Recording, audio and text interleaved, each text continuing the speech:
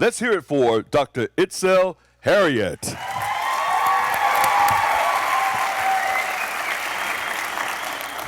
Hello.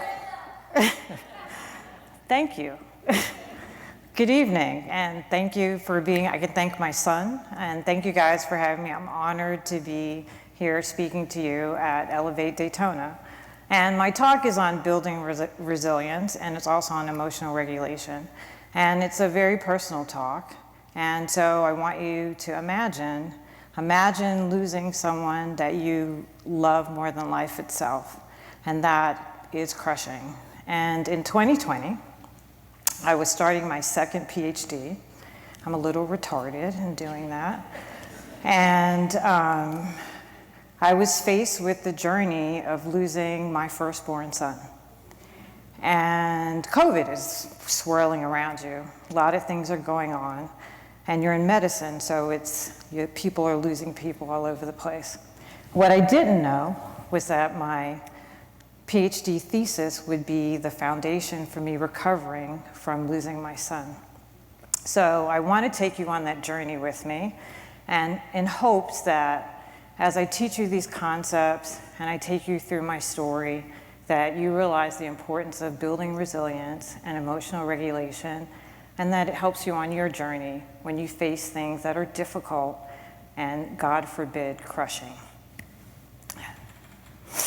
So, the journey of resilience. It's a journey of healing, it's a journey of understanding, it's a journey of purpose. This is my son, that's his life journey. And it's a tough journey, and it requires time and patience. So the day I lost my son was such an impactful day. My life was totally interrupted. My studies were totally interrupted. My world was crushed. But through that, pain comes to everyone, so does healing. So emotional resilience is the ability, to bounce back from those things that kind of take your breath away. And that takes time and patience.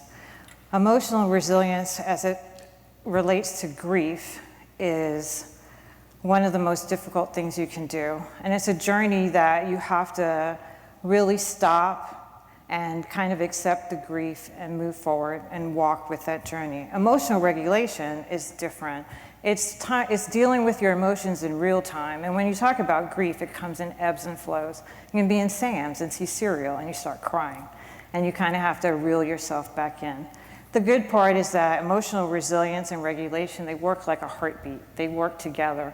One balances you and one helps you deal with it in real time. And that's my son. That's his timeline. So bringing this story to you is very vulnerable, and people have said it's very brave. But that's part of the journey of emotional resilience, emotional regulation, and recovery. You have to be brave. You have to be vulnerable.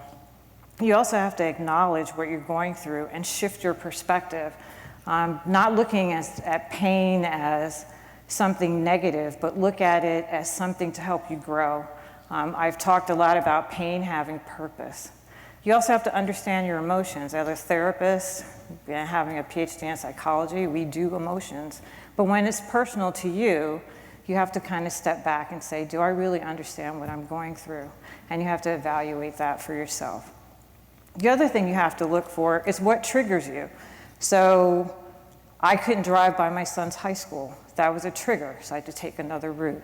So before you kind of get your training wheels off with this thing, you have to figure out what your triggers are so you can help work through it. You have to figure out techniques to find peace in the moment. So grounding techniques like mindfulness, yoga. We had a yoga instructor up here. Therapy, just getting help, family, friends. Cognitive reframing helps you turn grief into strength.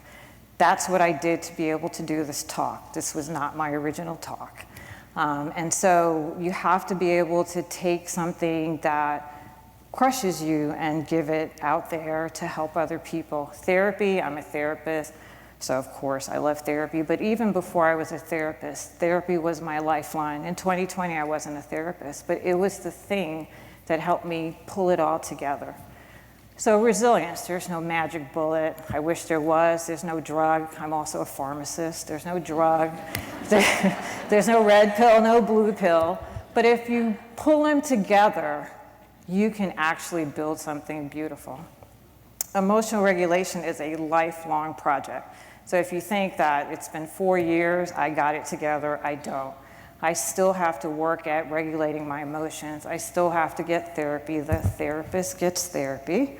I had to figure out how to find peace in all of this stuff swirling around me.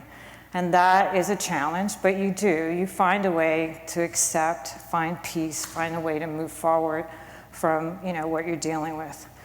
Journaling. It is reflecting on your journey. Journaling, I advocate it to everybody. I wouldn't be here today talking to you if I didn't understand what I had gone through. This is my beautiful son.